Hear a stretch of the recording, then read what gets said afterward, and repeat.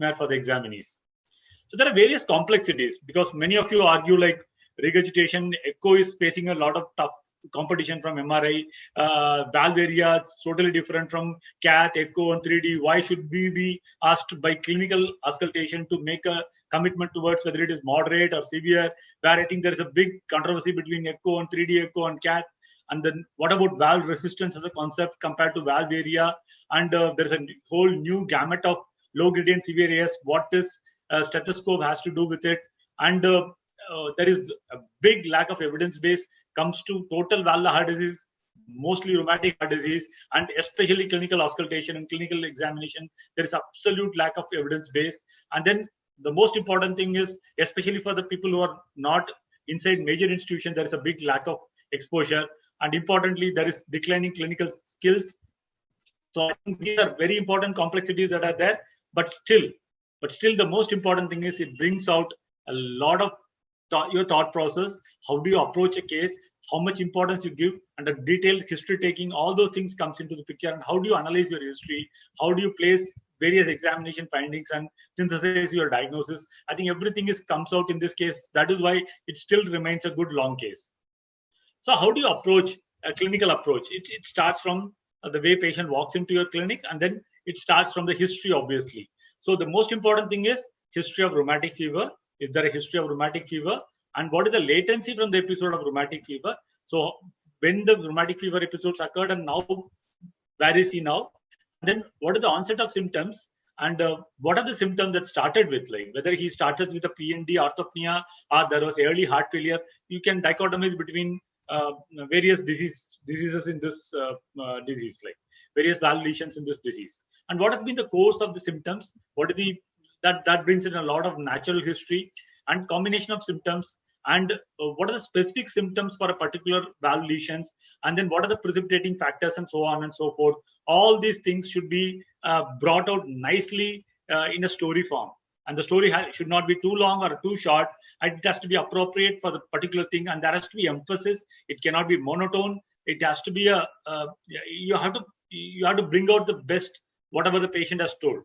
So you should not put in too many of your own words, but then best will be to synthesize it into a good story. But that should cover all the facets in a way that everybody can easily understand, because all of them are important. So, for example, what are the specific symptoms that you're looking at? I think all of you are aware, angina and syncope are very specific for aortic stenosis out of all the valvular lesions that you have.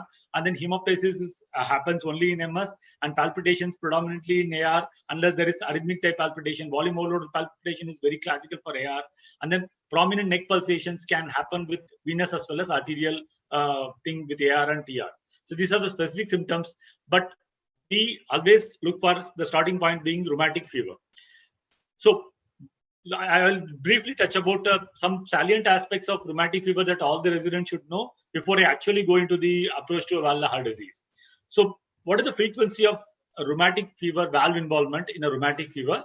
This is the first episode of rheumatic fever. 70 to 75% of patients will have mitral valve involvement, and both the valves are involved in 20 to 25%, and only 5 to 8% have only predominantly aortic valve involvement. And invariably you find this is clinical, so mostly find echo. Invariably you will find some mitral valve abnormalities in all.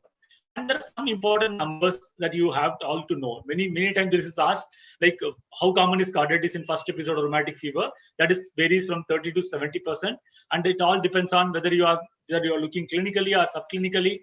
And then by echo, the carditis in all attacks, even clinically, goes up to 70 to 100% nearly. Whereas prospective studies actually have shown only 33 to 46% develop carditis, because many times only we as a cardiologist in a tertiary care institute are likely to see patients who have established rheumatic heart disease. But these are some important numbers that you should know. So what is the chance of somebody having an established rheumatic heart disease 5 to 10 years on follow-up? So if he has one episode of rheumatic fever, the chances are roughly around 2/3. Once carditis, it is roughly around 45 to 80%, roughly say around 50-60% is the average. And if chorea is around 1/3, 20 to 34%, actually have a chance of rheumatic heart disease on follow-up. These are some important numbers all of you should be aware. And what determines, suppose somebody has an episode of rheumatic fever initially, so what determines that patient will develop rheumatic heart disease on follow-up? So I think the most important predictor is presence or absence of heart failure in the first episode of rheumatic fever, and then severity of mitral regurgitation. So in other words, you can actually look at it the other way around. So majority of patients with mild MR are going to regress at 5 years. Majority are going to regress at 5 years, whereas I think at least 70 to 80% of patients, 75% of patients with severe MR are likely to have persistent of RST. So that means at least around 20% of patients with severe MR also may regress, or they may actually eventually die also. But heart failure is something, presence of heart failure and severity of MR during first episode of rheumatic fever are the most important predictors of subsequent rheumatic heart disease and follow-up. So what about the distribution of RST? So most of the patients, we all know 5 to 15 years, they have the first episode of rheumatic fever. Then obviously the pure MR is the predominant valve lesion, and very few patients actually have pure MS. A very relative prevalence starts around 10%, and the prevalence of rheumatic MR as a predominant lesion comes down. There is a crossover happening around 25 years. Beyond 25 years, mixed valve lesions or pure MS actually are the dominant lesions, not severe MR per se. This is how the mitral valve lesion distribution is in RST. So most of you are asked about what is the most common lesion, what is the most common combination. All of them used to have various references, but I think you should all now go through two important references. That is this EuroHeart survey published in 2003, which suggests the various combinations and the multiple. In this cohort of 5,000 patients, multiple valvular heart disease happened in 20% of patients, out of which the native heart disease was around 72%. And I think contemporary Indian series, I think is the best one to quote, where I think Professor Manjunath has published a large series from Jayadeva. They have included nearly around 136,000 patients with valvular lesions have been included.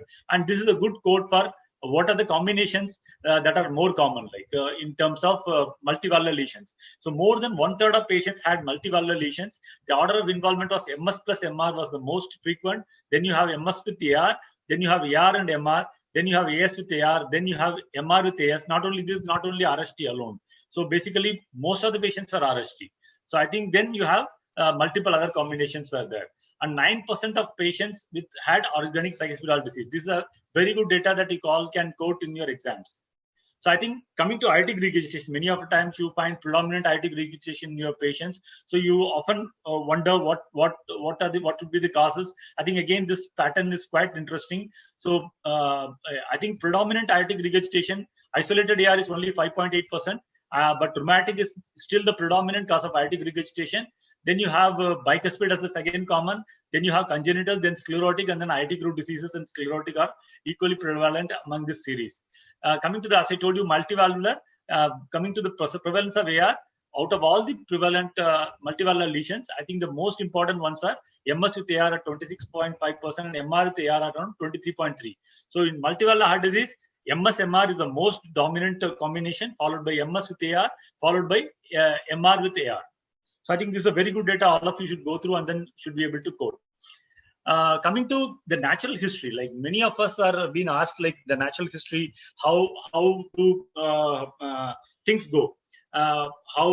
Suppose you present a natural history. You say the patient started symptomatic at this age and has been progressing like this, and so much so happened. So I think oftentimes you are asked, like, what is the natural history of MS, what is the natural history of MR, and what is the natural history of AR? I think very few data are actually available in the current era. I think this is one very good data of rheumatic aortic regurgitation, where actually they have come up with some numbers. I think these are the numbers that you should know, that asymptomatic AR progression to LV dysfunction is 6% per year, and asymptomatic LV dysfunction development of symptoms is around 25% per year, and symptomatic severe AR mortality is around 10% per year. So I think this is the data that is available in rheumatic aortic regurgitation, but such data are actually not available in the current era with MS, MR, and AS, AR, and other diseases. Only AR we have such data. I think all of you, I would suggest, should go through the cardiology update that was released in last CSI. I think that has few good chapters of natural history of rheumatic valvular lesions, especially natural history of MS and all, very well put forth by one of our colleagues, Dr. Vivek Chaturvedi. So I think you should all go through. That has given a lot of things. But I think there is a bit of a new thing that has come up in that paper, in that chapter. I think all of us have been, we know that one thing, I think if a patient develops symptoms and the symptoms are very least progressive or very progressive minimally. Heart failure is something prevalent among this series. Coming to the, as I told you, multivalvular, coming to the prevalence of AR, out of all the prevalent multivalvular lesions, I think the most important ones are MS with AR at 26.5% and MR with AR at around 23.3%.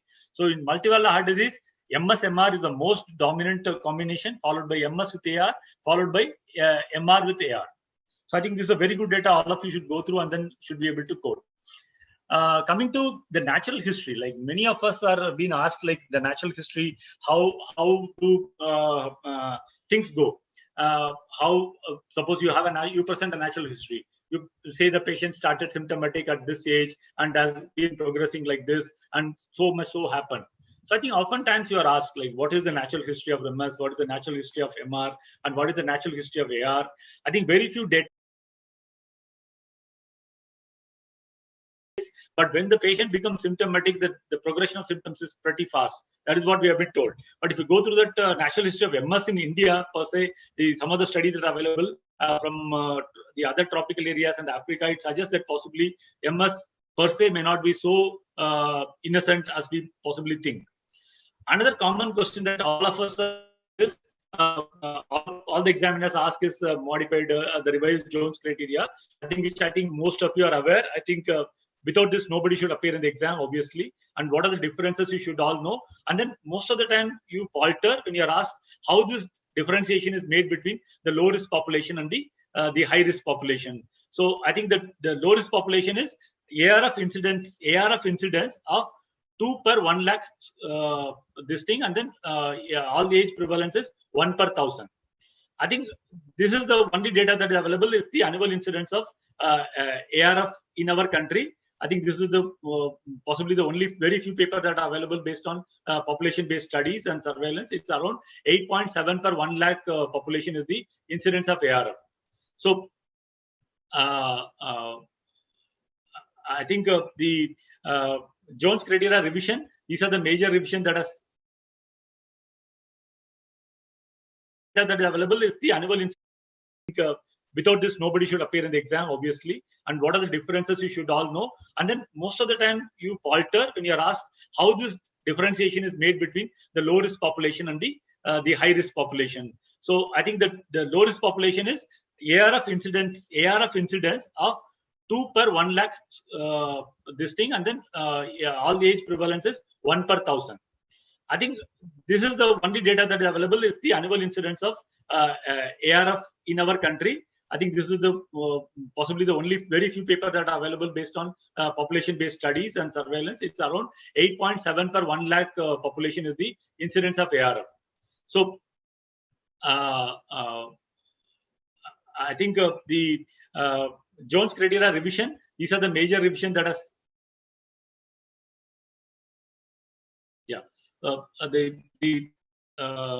these are the differences that has happened. So in the moderate or high risk population, you have monoarthritis, polyarthritis, arthralgia being included as one of the diagnostic criteria. You have monoarthralgia, and then cutoffs of fever and ESR have been changed. I think this all of you should be aware. So some numbers about rheumatic fever is essential to know. So generally, sore throats are very frequent in less than 10 years of age. They have around 4 to 6 episodes per year, and out of which streptococcal, depending on, varies from 1.5 to 19%, like around 2% to 20% you can say is streptococcal sore throat, out of which 50% are asymptomatic and 25% can be carrier state. And this is a commonly asked question: how often patients with streptococcal sore throat develop? Epidemic versus endemic areas, 0.3 to 3% is what they develop acute rheumatic fever, and around 20 to 30% of them ultimately end up having rheumatic heart disease. This schematic diagram, I think all of you should be aware of. And the acute rheumatic fever follows certain rules, and it's quite fairly obedient. I think it used to be like one of the earlier era students. I think it generally is early carditis. So in the course of a rheumatic heart disease, carditis rarely develop after 2 weeks of illness, and then rarely it is prolonged after 6 to 8 weeks of illness. And then nodules, subcutaneous nodules, almost always means presence of carditis. And then endocardium is pretty central to the whole thing. And pericarditis and heart failure never occurred without valvular involvement. And it is mostly self-limiting. So as I told, it's 8 to 12 weeks in 95% of people. And arthritis is generally non-deforming and it has typical joint involvements. And there are some good thing is recurrence begets recurrences. And then it's a mimetic arthritis. Whatever be the first episode, generally is like the repeat episodes. And there are some exceptions to the rule, like indolent arthritis. What is indolent arthritis? What is inapparent or silent arthritis? And what is Jacquard arthritis? These are the various exceptions to the rule. I think all of you should be aware. And one more thing that you should know, for example, you have a short latent period or a long course, I think you should think of post-streptococcal reactive arthritis all the time. So it has a very short latent period. It is 3 days to 2 weeks, and then it's a non-migratory arthritis, and large and small joints or axial skeleton is involved in 20% of the times, and the patient can actually report morning stiffness, and there is a proven response to aspirin and NSAIDs, and they can persist for 1 week to 8 months. Mean is 2 months. So I think it's one of your features, like some of the features in your index case is having some of these atypical features. You should think of the post-streptococcal reactive arthritis, and this can actually result in permanent damage. Most importantly, it could be actually be a separate entity, or it could be a part of the spectrum of rheumatic streptococcal diseases, and it could be because 6% of them on the long run ultimately develop rheumatic heart disease on the long run. So we don't know whether it is a variation or a separate entity till.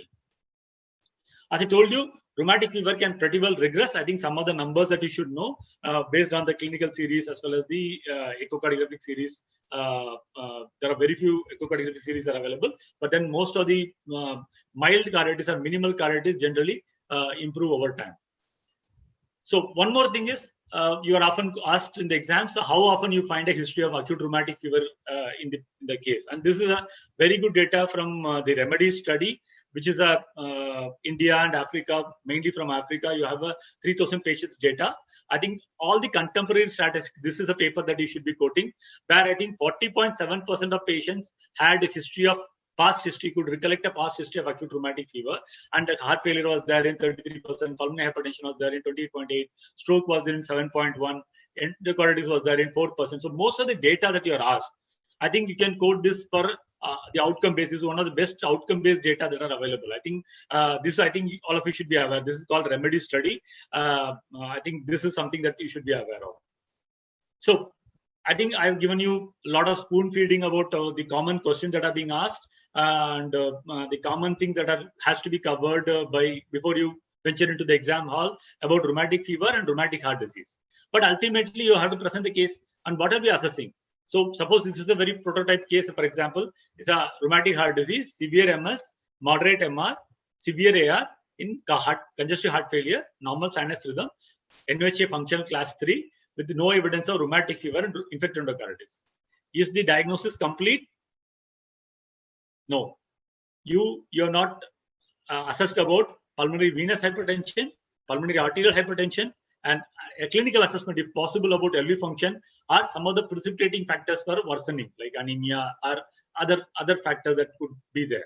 So all of them should feature in your diagnosis.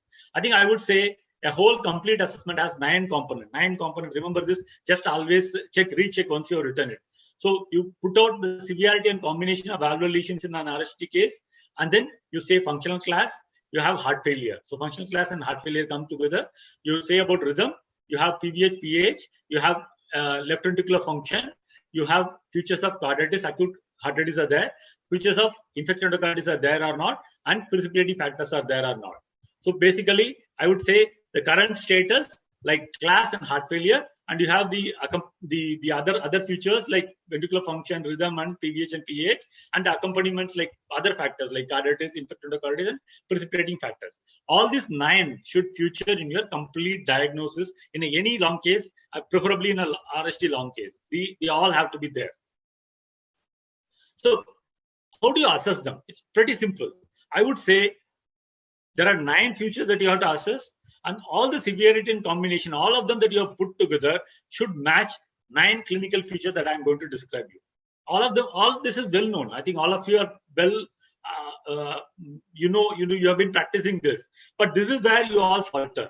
This is exactly where you all falter. You have put in all the combination in your final diagnosis, but then try to match them with 3 features in general examination, that is pulse, JVP, and blood pressure, and 3 features in your palpation and inspection and palpation. That is apical impulse, parasternal heave, and thrill.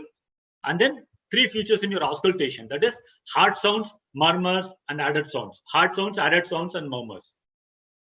So this is essentially what you should do. What I would suggest is, many of you have enough time once you finish your assessment of the exams, before you are called to the examiner, then you always match these 9 clinical features with your final diagnosis. Many a time, this is where you all falter. What I mean to say is, you would have said no heart failure, or you would have said heart failure, but it won't be matching with your JVP findings, liver findings, and fetal edema findings. So most of the time, why JVP is elevated if you say no heart failure? This is a very common immediate question that comes up. So you would say severe AS, but then you would not have described peaking of the murmur in AS or rate of rise of pulse in your pulse description. So these are some of the things that you should match. So I think once you know all the features, I think most of you know, but then you should practice this. Like they all have to match.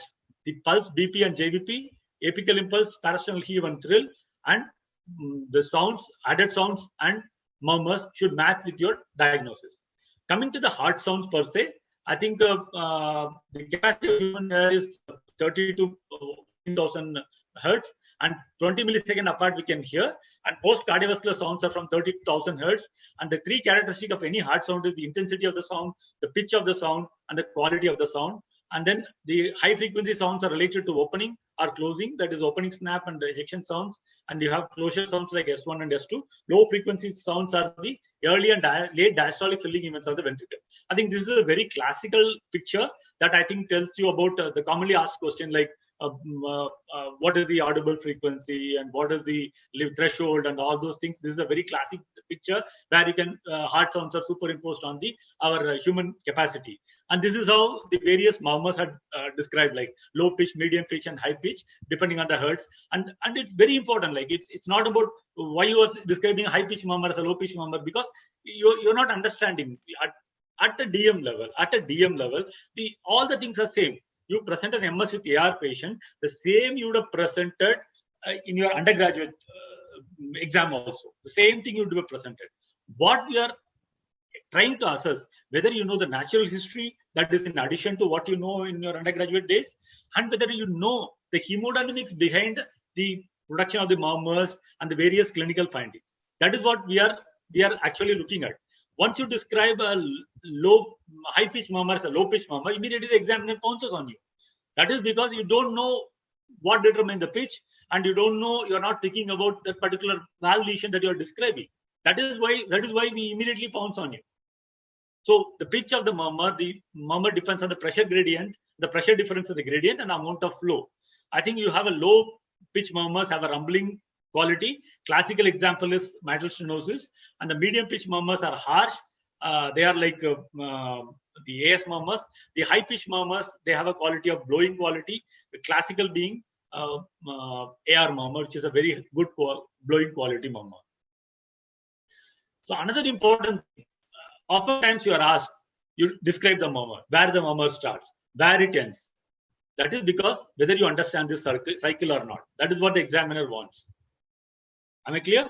So the murmurs that actually start from the ventricle are supposed to start when everything is closed.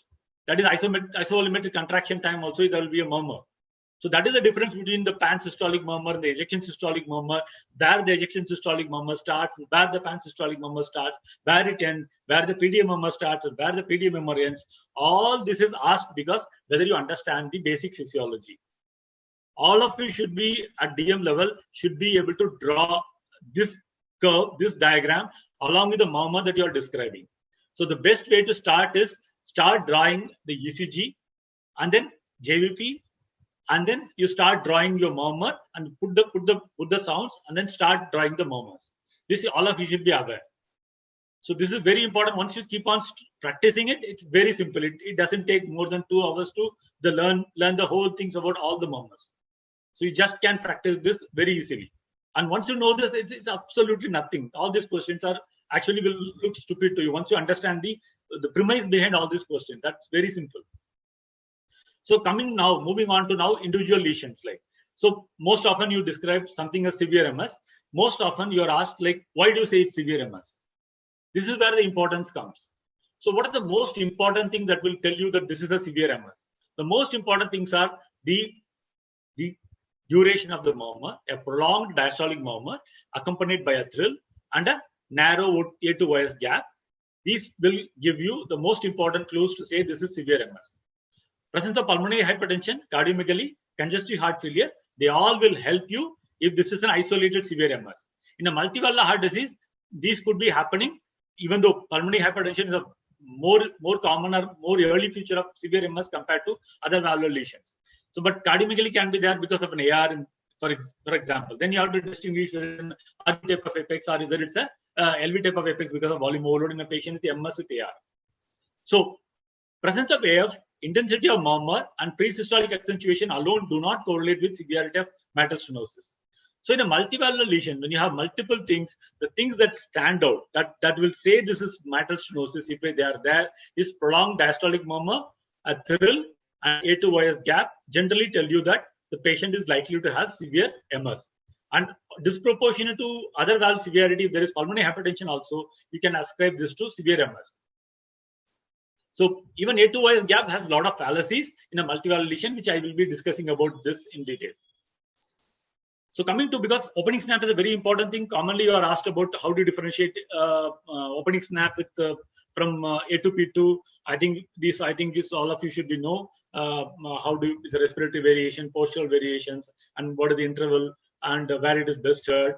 And the most important difference is between opening snap and S3, because that can change. For example, in a patient who has MS and MR or MS with AR, whether it is opening snap or S3 will totally change the severity of the lesions. So this is very important differentiation that you should know. The opening snap is generally heard everywhere, and it's generally best heard at the apex or midway between apex and the left sternal border, whereas S3 is generally localized and it is to the apex. It's a low pitch sound and the interval is slightly more prolonged than the A to YS gap, and the pitch is high pitch or MS with AR, whether it is opening snap or MS with AR. So presence of AF, intensity of murmur, and pre-systolic accentuation alone do not correlate with severity of mitral stenosis. So in a multivalvular lesion, when you have multiple things, the things that stand out, that will say this is mitral stenosis, if they are there, is prolonged diastolic murmur, a thrill, and A to YS gap generally tell you that the patient is likely to have severe MS. And disproportionate to other valve severity, if there is pulmonary hypertension also, you can ascribe this to severe MS. So even A to YS gap has a lot of fallacies in a multivalvular lesion, which I will be discussing about this in detail. So coming to, because opening snap is a very important thing. Commonly you are asked about how do you differentiate opening snap with from A to P2. I think this all of you should be know is the respiratory variation, postural variations, and what is the interval and where it is best heard. And the most important difference is between opening snap and S3, because that can change. For example, in a patient who has MS and MR or MS with AR, whether it is opening snap or S3 will totally change the severity of the lesions. So this is very important differentiation that you should know. The opening snap is generally heard everywhere, and it's generally best heard at the apex or midway between apex and the left sternal border, whereas S3 is generally localized and it is to the apex. It's a low pitch sound and the interval is slightly more prolonged than the A to YS gap, and the pitch is high pitch sound for an opening snap, and generally posturally it can widen on standing, whereas S3 doesn't change. And this is another thing that I think all of you should be aware of, where each of the diastolic sounds and where the ejection sounds happen. The ejection sound, the closing clicks, the opening sound, the tumor plop, the S3 and S4, and then the relative time zones from S2. I think all of you should be knowing this. The pericardial nerve. So the opening snap, pericardial nerve, tumor plop, and S3 is the correct order in which all the diastolic sounds happen. So A to OS gap, I think, is a very important thing when it comes to a cardiologist. What is the gap in a given case of mitral stenosis? It is generally inversely proportional to severity. It is 40 to 120 milliseconds, and it is